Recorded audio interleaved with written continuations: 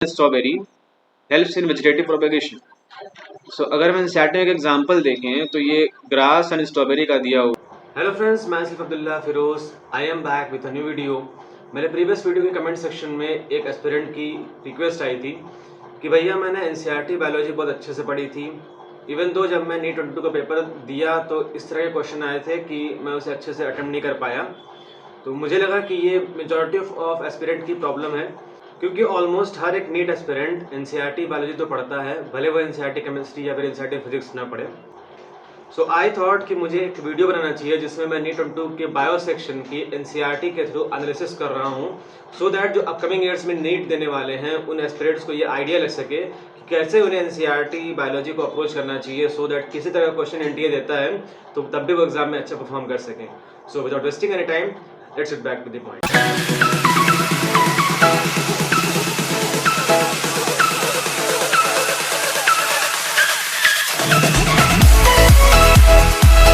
So friends, I am starting with the botany section और ये video 25 questions of the botany section को cover कर रहा होगा। सो आइए शुरू करते हैं। पहला क्वेश्चन है, ये जो सेट मैंने लिया है ये T2 सेट है जो मुझे मिला था एग्जामिनेशन में। आपके पेपर में जो भी क्वेश्चन होगा ये मतलब ऊपर नीचे हो सकता है, चेकआउट कर लेना उसे। तो फर्स्ट क्वेश्चन है, ये anatomy of flowering plant chapter से क्वेश्चन है और इस क्वेश्चन का एक्चुअल आंसर कोई ऑप्शन नहीं है, क्योंकि इसमें जो 5 स्टेटमेंट दिए गए हैं बताना है कि इसमें से कौन सा करेक्ट है। तो एनटीए ने वैसे इसका आंसर दिया हुआ है, आई थिंक ये वाला, नहीं ये वाला दिया हुआ है शायद, B C D and E. But NCERT के अकॉर्डिंग ये A B C D E पांचों करेक्ट होने चाहिए। आइए चेकआउट करते हैं। पहला स्टेटमेंट है कि in roots xylem and phloem in vascular bundle are arranged in alternate manner along the different radii. और इसको हम एनसीईआरटी से चेकआउट करेंगे। ये देखिए स्टेटमेंट है कि जाइलम एंड फ्लोएम एक वस्कुलर बंडल के अंदर अल्टरनेट मैनर में अरेंज रहते हैं अलोंग द डिफरेंट रेडियाई, और ये अरेंजमेंट रूट्स में होता है। तो पहला स्टेटमेंट तो करेक्ट हो गया, फर्स्ट वन तो करेक्ट। सेकंड वन आता है, conjoint closed vascular bundle do not possess cambium. Cambium नहीं होता। तो कंजॉइंट क्लोज्ड, ये इसका अगर हम देखें ये बी वाला ऑप्शन जो है, ये डायग्राम से अगर हम चेक करें, एनसीईआरटी का diagram figure 6.5 anatomy of flowering plant chapter figure 6.5 B, ये कंजॉइंट क्लोज में अगर हम देखें तो कोई भी कैम्बियम नहीं होता है। तो ये भी स्टेटमेंट करेक्ट हो गया, बी भी करेक्ट है। सी पे हम आते हैं, in open vascular bundle cambium is present in between xylem and phloem. तो ओपन में अगर हम बात करेंगे कंजॉइंट ओपन सी वाले में, तो कैम्बियम प्रेजेंट होता है बिटवीन जाइलम एंड फ्लोएम, ये भी करेक्ट हो गया। तो ए बी सी करेक्ट हो गया। डी पे आते हैं, the vascular bundle of dicot stem possess endarch protoxylem. Dicot stem में क्या होता है? एंडार्च प्रोटोजाइलम होता है। सो अगर हम जाएंगे डाइकॉट स्टेम में तो दे हैव एंडार्च प्रोटोजाइलम, ये भी स्टेटमेंट करेक्ट हो गया। तो ए बी सी डी भी करेक्ट है। और ई वाला आता है कि मोनोकॉट रूट में मोर देन 6 जाइलम बंडल्स होते हैं। तो अगर ई वाला स्टेटमेंट चेक करेंगे हम एनसीईआरटी के थ्रू, सो अगर हम बात करेंगे कि मोनोकॉट रूट में यूजुअली मोर देन 6 यानी पॉलीआर्च जाइलम बंडल्स अरेंजमेंट होता है। सो इसके अकॉर्डिंग देखें तो ए बी सी डी ई पांचों करेक्ट है और किसी भी ऑप्शन में A B C D and E नहीं है। सो कोई ऑप्शन करेक्ट नहीं है, ये एक्चुअल आंसर होना चाहिए था और ये बोनस क्वेश्चन होना चाहिए था। बट एनटीए ने इसका एक ऑप्शन मान लिया और इसी वजह से 720 नहीं आए, अदरवाइज आते। कोई नहीं, एनटीए जो करेगा क्या करेगा। Moving on to next question 102, और ये क्वेश्चन है morphology of flowering plant chapter से। ये भी स्टेटमेंट वाइज क्वेश्चन है और इसमें 5 स्टेटमेंट दिए गए हैं, बताना है कि कौन कौन से इसमें करेक्ट। पहला स्टेटमेंट है, leaflets are modified into pointed hard thorns in citrus and bougainvillea. अगर एनसीईआरटी में हम देखें तो ये है सिट्रस और ये है बैगनविलिया, और ये पॉइंटेड हार्ड थॉर्न्स में मॉडिफाई होते हैं। बट यहाँ पे क्वेश्चन में बोला हुआ था लीफलेट्स, बट एक्चुअली क्या मॉडिफाई होते हैं? एक्सिलरी बड ऑफ स्टेम, मतलब स्टेम मॉडिफाई होते हैं पॉइंटेड हार्ड थॉर्न्स में, और यहाँ लीफलेट दिया हुआ है, तो इसी वजह से ये स्टेटमेंट तो गलत हो गया। बी पे आते हैं, axillary birds form slender and spirally coiled tendrils cucumber and pumpkin. तो ये देखिए आप, ककम्बर में और पंपकिन में स्टेम टेंड्रिल्स जो कहाँ से डेवलप होते हैं? एक्सिलरी बर्ड से डेवलप होते हैं और वो स्लेंडर और स्पाइरली कॉइल्ड होते हैं। तो अकॉर्डिंग टू एनसीईआरटी ये स्टेटमेंट हमारा करेक्ट हो गया, बी वाला करेक्ट है। थर्ड स्टेटमेंट है, stem is flattened and fleshy in Opuntia and modified to perform the function of leaves. So इसको अगर हम चेकआउट करें एनसीईआरटी से, सो ये है कि स्टेम जो आपकी होती है वो फ्लैटेंड होती है ओपेंशिया में, और उस स्टेम में क्लोरोफिल होता है और वो फोटोसिंथेसिस कैरी आउट करती है। तो क्लोरोफिल का होना और फोटोसिंथेसिस कैरी आउट कराना किसका फंक्शन होता है? लीफ का। So according to NCERT stem flattened fleshy Opuntia में है और लीफ का फंक्शन परफॉर्म कर रही है, तो ये भी करेक्ट हो गया। बी सी करेक्ट हो गए। डी में आते हैं कि Rhizophora shows vertically upward growing roots that help to get oxygen for respiration. तो एनसीईआरटी के अकॉर्डिंग अगर हम देखें तो राइजोफोरा में क्या होता है कि वर्टिकली अपवर्ड रूट्स निकलती हैं, उसको हम बोलते हैं नेमाटोफोर्स, और वो ऑक्सीजन लेती हैं फॉर रेस्पिरेशन। सो अगर हम यहाँ देखें तो डी स्टेटमेंट भी हमारा करेक्ट हो गया है। ई पे अगर हम आए तो ये स्टेटमेंट जो है वो डायरेक्टली एनसीईआरटी से नहीं है, मतलब एनसीईआरटी से ही है, लेकिन थोड़ा सा जिसने अंडरस्टैंड किया होगा वो इसे कर पाएगा। सो इसमें है subaerially growing stems in grasses and strawberry helps in vegetative propagation. So अगर हम एनसीईआरटी में एक एग्जांपल देखें तो ये ग्रास एंड स्ट्रॉबेरी का दिया हुआ है एनसीईआरटी में कि अंडरग्राउंड स्टेम होती है, मतलब स्टेम नीचे होती है और वो नए एरियाज में फैलती है। स्टेम नीचे स्टेम में रहेगी, जमीन के नीचे स्टेम रहेगी, वो नए एरियाज में फैलेगी। और जब ओल्डर पार्ट्स डाई हो जाएं, when older parts die new plants are formed, मतलब जब पुराने पार्ट्स डाई हुए तो नए प्लांट्स बनते गए, तो इसको हम बोलेंगे वेजिटेटिव प्रोपेगेशन। और जो अंडरग्राउंड स्टेम होती है वो नए एरियाज तक फैलती है, नए एरियाज तक फैलेगी, फिर वहां से बाहर निकलेगी।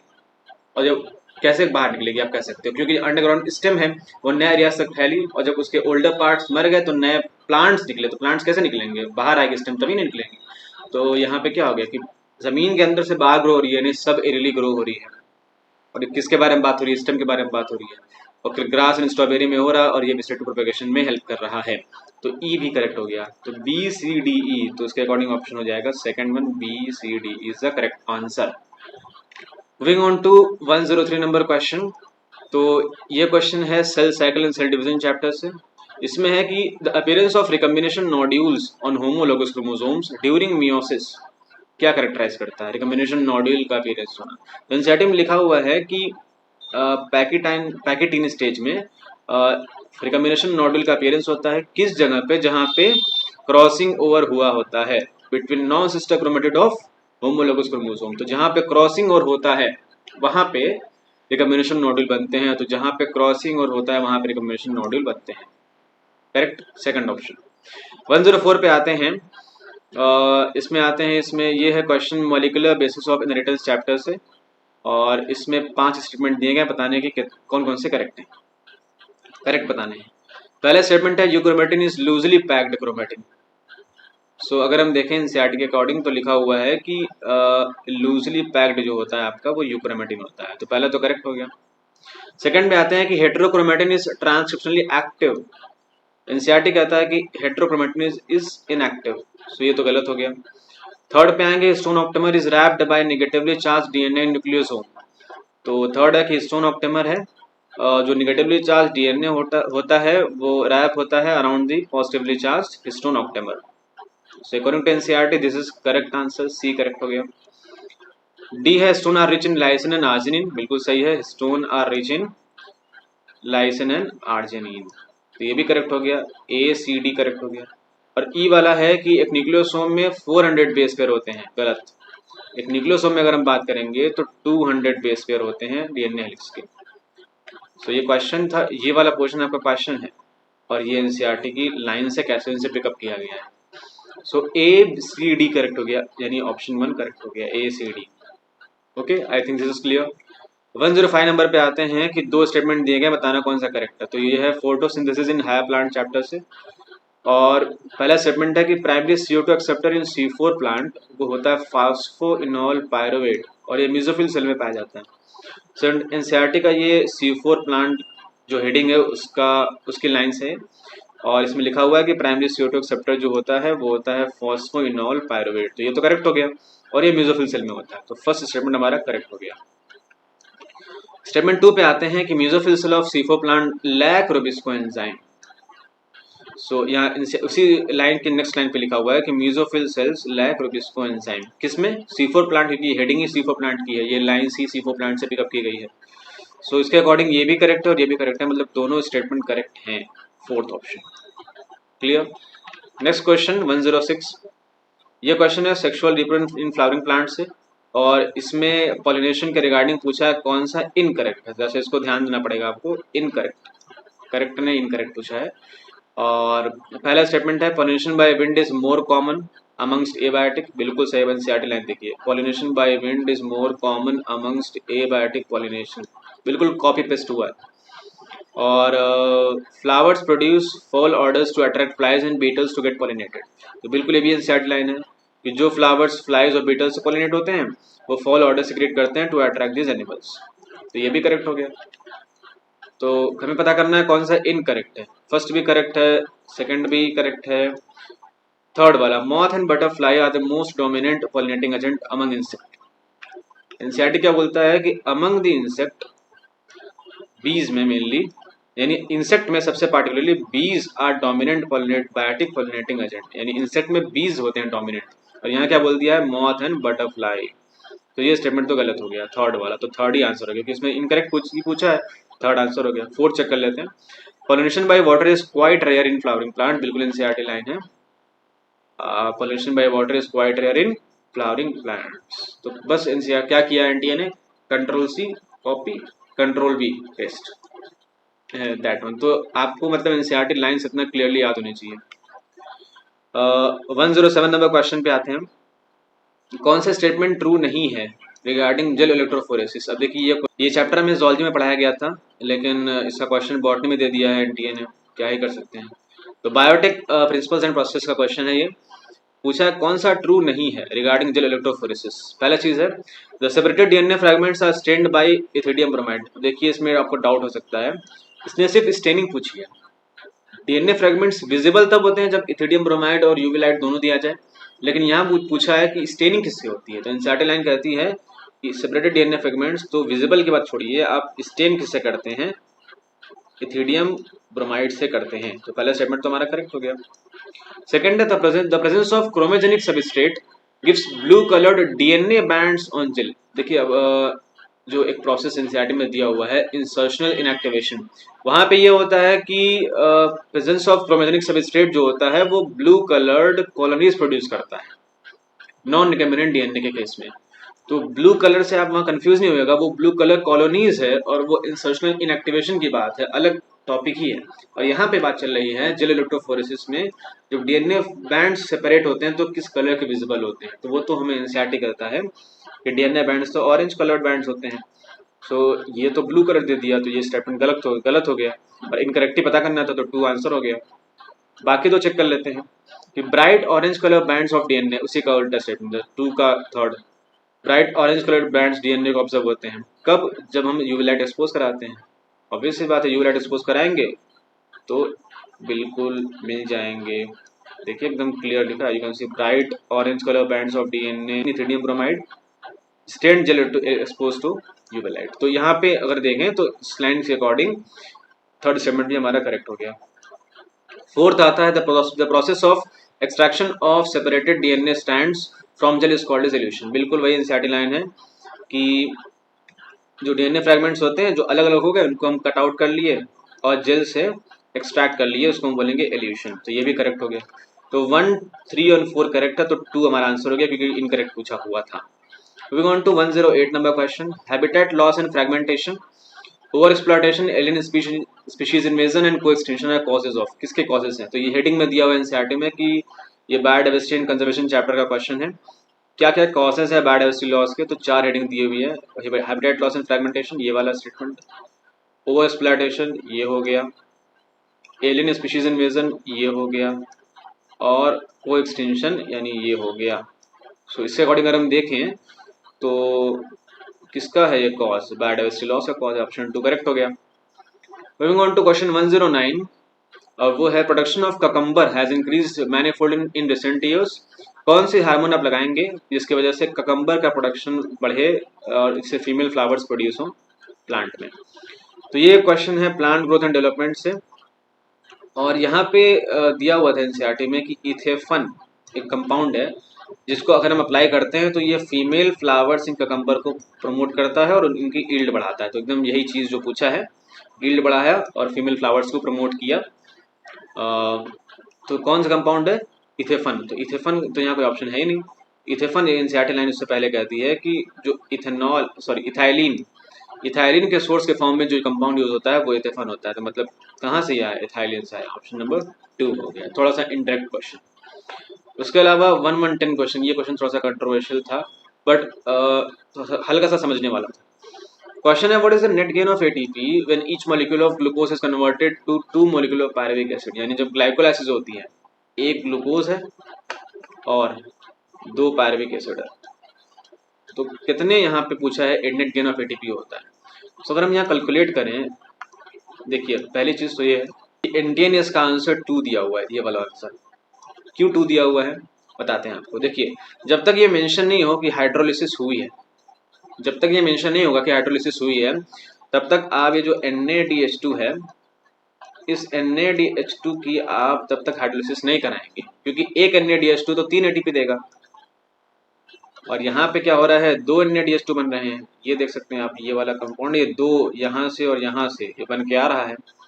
तो ये 2 NaDH2 यहाँ प्रोड्यूस होंगे, तो 6 एटीपी यहाँ से आने चाहिए, क्योंकि एक NaDH2 3 एटीपी देता है। बट ऑन हाइड्रोलिसिस, तो जब तक क्वेश्चन में मेंशन नहीं होगा कि हाइड्रोलिसिस हुई है या नहीं हुई है, अगर हाइड्रोलिसिस होगी तब आप ये कंसिडर करेंगे कि एक NaDH2 3 एटीपी देता है। तो यहाँ पे क्वेश्चन में मेंशन नहीं था, तो you will not consider it.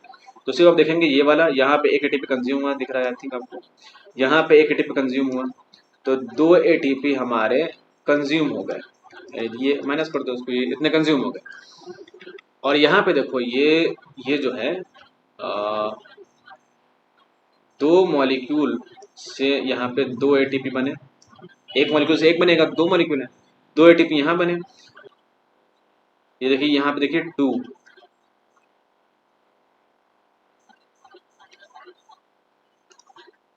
ये देखिए ये 2 मॉलिक्यूल्स है और यहाँ देखिए 2 एटीपी बन रहे हैं।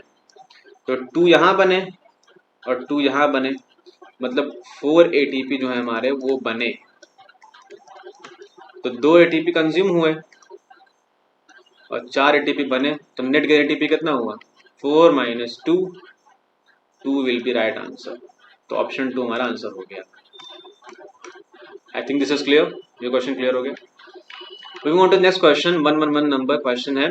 ये क्वेश्चन फिर से सेक्सुअल लिब्रेंट फ्लावरिंग प्लांट से है और इस क्वेश्चन में ये बोला जा रहा है कि पहला स्टेटमेंट है, cleistogamous flowers are invariably autogamous. NCERT line है कि क्लिस्टोगैमस फ्लावर्स, ये वाली line, cleistogamous flowers are invariably autogamous, correct statement. Second statement है कि इट इज डिसएडवांटेजियस, क्योंकि यहाँ पे कोई भी क्रॉस पॉलिनेशन का चांस नहीं होता। सो अगर हम यहाँ देखेंगे भाई, आगे लिखा हुआ है कि इनवेरिएबली ऑटोगैमस होते हैं because there is no chance of cross pollen landing on the stigma. कोई क्रॉस पॉलिनेशन का चांस ही नहीं होता है, और जहाँ पे क्रॉस पॉलिनेशन नहीं होगा वो क्या होगा? डिसएडवांटेजेस हो जाएगा, सिंपल बात। तो दोनों स्टेटमेंट करेक्ट हैं, तो ये 4th आंसर हो गया। Okay, next question is that 112 number question है। ये क्वेश्चन प्लांट किंगडम से है और इस क्वेश्चन में ये बोला जा रहा है कि हाइड्रोक्लोराइड कैरेजीन इज ऑब्टेन्ड फ्रॉम।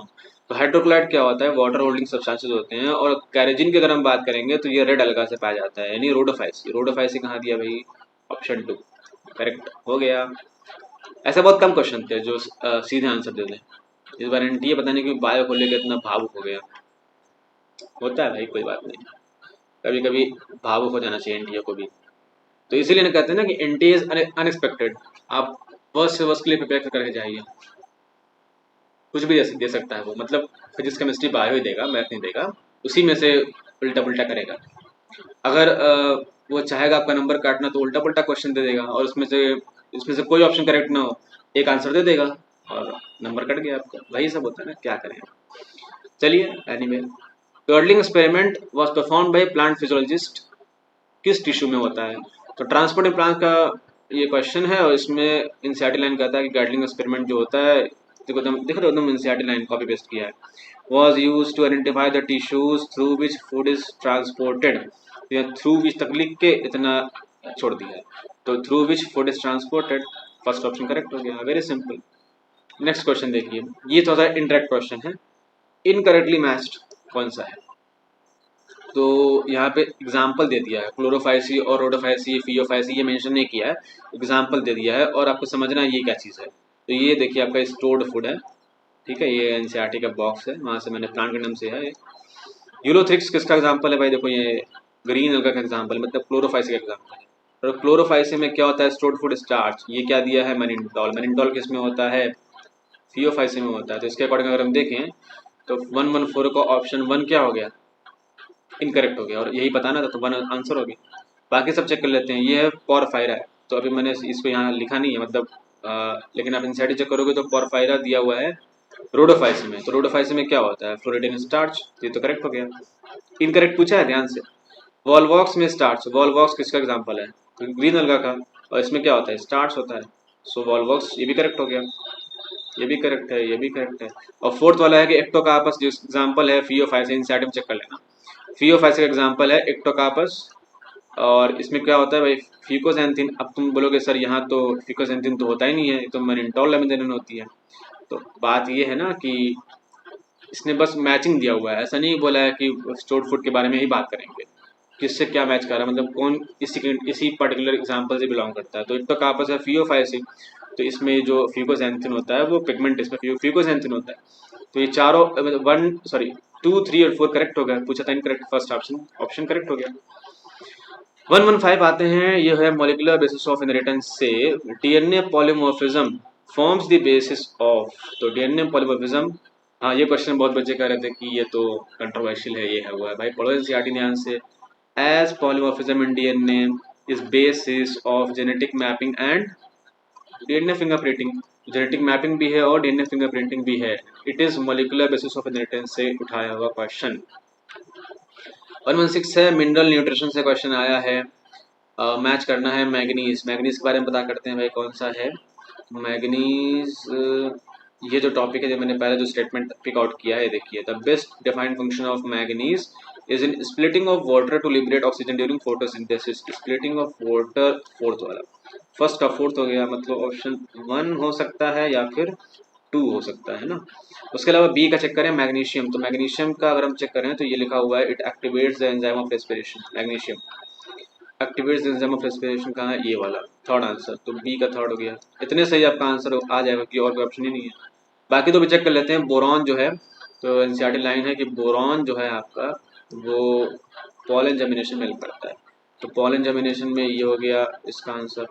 उसके अलावा आयरन का अगर हम चेक करें तो आयरन का लिखा हुआ है, कहाँ गया? It activate catalyst enzyme. ये आयरन का हो गया, इसका अकॉर्डिंग आंसर हो गया डी का फर्स्ट।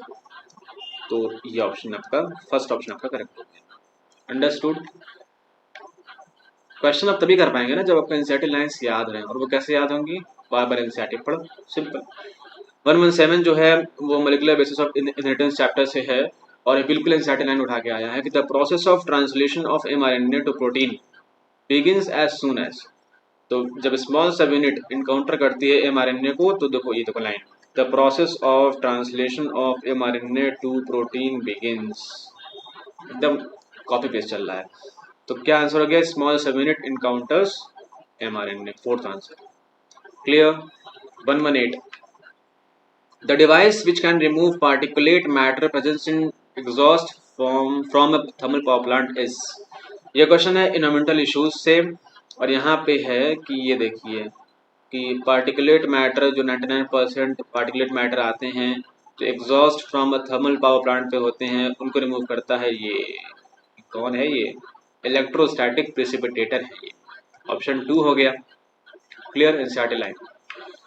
119 क्वेश्चन है फिर से मॉर्फो फ्लावरिंग प्लांट से। फ्लावर्स हैं जाइगोमॉर्फिक, किस में होते हैं? एनसीईआरटी लाइन कहती है जाइगोमॉर्फिक फ्लावर जो होते हैं वो pea gulmohar bean cassia. Pea gulmohar mustard में नहीं होंगे, गुलमोहर में होंगे, कैसिया में होंगे। बी और सी, फर्स्ट ऑप्शन हो गया, सिंपल। 120 पे आते हैं। ये क्वेश्चन देखिए, एम्स वाले क्वेश्चन ऐड किए थे, इसी वजह से पेपर टफ आया था। आप देख रहे हैं ना कितने स्टेटमेंट वाले क्वेश्चन आ रहे हैं, आदर्शन रीजन आ रहे हैं, और यही तरीका होता है बायो के पेपर को टफ करने का कि लंबे लंबे क्वेश्चन ऐड कर दो, बच्चा पढ़ के पगला जाए। और हम भी पगला गए थे, बट किसी तरीके से हैंडल हुआ, मतलब एक हद तक हैंडल हुआ, और बहुत से एस्पिरेंट हैंडल नहीं कर पाए। तो इसीलिए हमें वर्स्ट के लिए प्रिपेयर रहना चाहिए, क्योंकि एनटीए कैसा भी क्वेश्चन दे सकता है, एक पेज का भी क्वेश्चन दे सकता है पूरा भरोसा नहीं है उसका। आइए देखते हैं अदर्शन रीजन का। तो अदर्शन ये क्वेश्चन है फिर से ऐसे चैप्टर से जो जूलॉजी में आता है, biotic principle and process. Assertion reason देखते हैं। PCR is used in DNA amplification. PCR जो यूज होता है, पीसीआर डीएनए, ये देखिए amplification of gene of interest using PCR, correct है। तो first correct, assertion correct, true हो गया। रीजन ये कह रहा है कि ampicillin resistance gene is used as a selectable marker to check transformation. तो ये भी एनसीईआरटी लाइन है कि ट्रांसफॉर्मेशन चेक करने के लिए एम्पिसिलिन रेजिस्टेंस जीन को हम सिलेक्टेबल मार्कर यूज करते हैं एज अ, और वो ट्रांसफॉर्मेशन चेक करता है। क्लियर है। तो वन भी करेक्ट है और मतलब ए भी करेक्ट है, आर भी करेक्ट है, बट दोनों अलग अलग टॉपिक में दिया हुआ है। एनसीईआरटी के 11.3.3 टॉपिक में दिया हुआ है, 12th बायो के 11 चैप्टर के इस टॉपिक में, और 11.3.4 में दिया हुआ है ये वाली लाइन, नीचे वाली लाइन जो है, ये वाली। तो दो अलग टॉपिक वाले कैसे एक तरह का एक्सप्लेनेशन हो सकता है। तो ऑब्वियस ये बात है कि अदर्शन रीजन ट्रू है, लेकिन रीजन करेक्ट एक्सप्लेनेशन नहीं है। अगर उसी टॉपिक में होता तब ना सेम एक्सप्लेनेशन होता, अलग अलग टॉपिक कैसे हो सकता है सेम एक्सप्लेनेशन। तो ऑप्शन 1 करेक्ट हो गया। नेक्स्ट क्वेश्चन आता है 121। ये क्वेश्चन है ऑर्गेनिज्म एंड पॉपुलेशन चैप्टर से। यहाँ पे बात कर रहा है प्रेडेशन के बारे में, बताना है कौन सा स्टेटमेंट करेक्ट नहीं है। पहला है it might led to extension of species. सही बात है। अगर आपका जो प्रेडेटर है ज़्यादा एफिशिएंट हो जाएगा तो उससे क्या होगा, प्रे स्पीशीज एक्सटेंड हो जाएगी। अगर ज़्यादा शेर आ जाएंगे जंगल में तो सब हिरन गायब, सब हिरन खाने लगेंगे, सब खत्म, हिरन गए, तो एक्सटेंशन हो जाएगा। ठीक है। सेकंड ऑप्शन में आता है both interacting species are negatively impacted. दोनों निगेटिव इम्पैक्ट होते हैं, गलत बात है। भाई शेर खाएगा हिरन को तो इसमें शेर को तो फायदा है ना, कहाँ उसको उसका क्या नुकसान है। दोनों निगेटिव इम्पैक्ट कैसे हो सकते हैं प्रेडेशन में। मतलब हिरन को तो बेचारा हुआ निगेटिव इम्पैक्ट, गया शेर के पेट में, लेकिन शेर तो पॉजिटिव इम्पैक्ट हुआ ना, उससे पेट भरा उसका। तो दोनों नेगेटिव इम्पैक्ट नहीं होंगे, एक पॉजिटिव इम्पैक्ट होगा और एक नेगेटिव इम्पैक्ट होगा, इसी को बोलते हैं प्रेडेशन। तो ऑप्शन 2 हो गया इनकरेक्ट, और ये पूछा था कौन इनकरेक्ट है, तो 2 आंसर हो गया, 2 आंसर हो गया ये वाला। थर्ड 4 भी चेक कर लेते हैं। थर्ड है कि it is necessitated by nature to maintain ecological balance. Exactly, ये देखिए क्योंकि प्रेडेटर्स जो होते हैं ना, ये देखिए predator nature's way of transferring to higher trophic level. जैसे डियर को खाया लॉयन, तो जो एनर्जी डियर में स्टोर्ड थी, जो उसने प्लांट जो बनी वो क्या है, हर्बीवोर है, तो प्लांट से जो उसने ली थी एनर्जी, उसका 10% गया लैंड के पास। तो एक तरीके से एक नेचर का वे है जिससे क्या हो कि एनर्जी का ट्रांसफर होता रहे, जो एनर्जी प्लांट ने फिक्स की है वो हायर टॉपिक लेवल पे जाती रहे, और इससे क्या हो कि इकोलॉजिकल बैलेंस मेंटेन रहे। तो ये स्टेटमेंट भी करेक्ट है। थोड़ा सा इस थर्ड वाला स्टेटमेंट थोड़ा सा समझने वाला था, ये डायरेक्ट नहीं था। फोर्थ है कि ये तो बिल्कुल डायरेक्ट क्वेश्चन स्टेटमेंट है कि स्पीशीज डाइवर्सिटी मेंटेन करता है, स्पीशीज डाइवर्सिटी मेंटेन करता है। जो मैं बोल रहा हूँ ना समझने वाले थे, इसका मतलब ये नहीं कि थोड़ा सा बाहर से थे, वो एनसीईआरटी से ही थे। एनसीईआरटी अगर आप सही से समझे होंगे तो आप कर लेंगे फट से, ये बात मैं कर रहा हूँ। नेक्स्ट क्वेश्चन है, ये क्वेश्चन आया है सेल साइकिल और सेल डिवीजन चैप्टर से 122। इसमें पूछा हुआ है कौन सी चीज नहीं होती, कभी नहीं होती माइटोसिस में। तो क्या कभी तुम माइटोसिस में ये पढ़े हो क्या, होमोलोगस क्रोमोसोम? ये तो नाम ही सुने थे मियोसिस में आके, मियोसिस में आके ही तो ये नाम आया। ये कहाँ गया, कहाँ है होमोलोगस क्रोमोसोम, ये क्या है? तो ये नाम तो मियोसिस में जाके ही आया, तो माइटोसिस में कैसे हो सकता है? तो सेकंड ऑप्शन फट से करेक्ट हो गया। बाकी आप देखोगे तो बिल्कुल ये जितने बाकी फर्स्ट थर्ड और फोर्थ ऑप्शन वाले सारे आपको माइटोसिस वाले टॉपिक में पढ़ोगे एनसीईआरटी में, तो ये लाइंस मिल जाएगी। सेंट्रियोल्स का मूवमेंट मिलेगा एनाफेज में, कोआइलिंग और कंडेंसेशन मिलेगा आपको प्रोफेज में, उसके अलावा स्पिंडल फाइबर्स करंट को से अटैच हुए मेटाफेज में, ये सब आपको माइटोसिस में भी मिलेगा, मियोसिस में भी मिलेगा। लेकिन ये वाला जो चीज़ है होमोलोगस क्रोमोसोम, ये सिर्फ मियोसिस में मिलेगा। ओके, नाउ 123 कौन सा मेथड नहीं है एक्स2 कंजर्वेशन का? तो अब यहाँ देखिए एनसीईआरटी में ये बायोडाइवर्सिटी एंड कंजर्वेशन चैप्टर से है एक्स2 में आते हैं आपके क्रायो प्रिजर्वेशन। तो ये तो आएगा एक्स2 में। पूछा है कौन नहीं है भाई, ध्यान से नहीं पूछा है, तो ये तो आ गया सही, ये तो है एक्स2 में। उसके अलावा एक का फर्टिलाइज कर सकते हैं विट्रो में, इन विट्रो भी हमारा एक्स2 में आता है। प्लांट्स को प्रोपेगेट कर सकते हैं, टिश्यू कल्चर मतलब माइक्रो प्रोपेगेशन, तो ये भी हमारा आ सकता है। कौन सा नहीं एक्स2? 3 को तुम एलिमिनेट कर दिए तो एक खुद ही करेक्ट हो गया, चेक कर लो इन सीटू में एनसीईआरटी में लिखा हुआ है इन सीटू में कि biosphere reserve, national park and sanctuaries, तो नेशनल पार्क का पास किस में आ जाएगा? इन सीटू में, तो आंसर 1 हो गया। 124 हमारा आता है, इस चैप्टर का बेसब्री से इंतजार हो रहा था, Mendelian genetics, principle of inheritance and variation, Mendel ji आए हैं। पहला स्टेटमेंट है, मेंडल ने स्टडी किया था 7 pair of contrasting trait in P plants and propose the law of inheritance. बिल्कुल सही बात है, मेंडल ने पी प्लांट पे अपना एक्सपेरिमेंट किया था और लॉ ऑफ इनहेरिटेंस दिया था। और कितने कैरेक्टर दिए थे, देखिए लिखा हुआ है, ये कितने हैं, 1 2 3 4 5 6 7 पेयर दिए थे ना। कंट्रास्टिंग ट्रेट कितने दिए थे? 7। ये पेयर है ना, एक पेयर ये हो गया, एक पेयर ये हो गया, एक पेयर ये हो गया, 7 पेयर्स। तो 7 पेयर्स ऑफ कंट्रास्टिंग ट्रेट दिए थे मेंडल ने, ये करेक्ट हो गया। 2 में आप बताना है कि वो 7 कैरेक्टर्स कौन कौन से थे। तो पहला है seed shape and colour, seed shape and colour, ये सीड शेप हो गया, ये सीड कलर हो गया।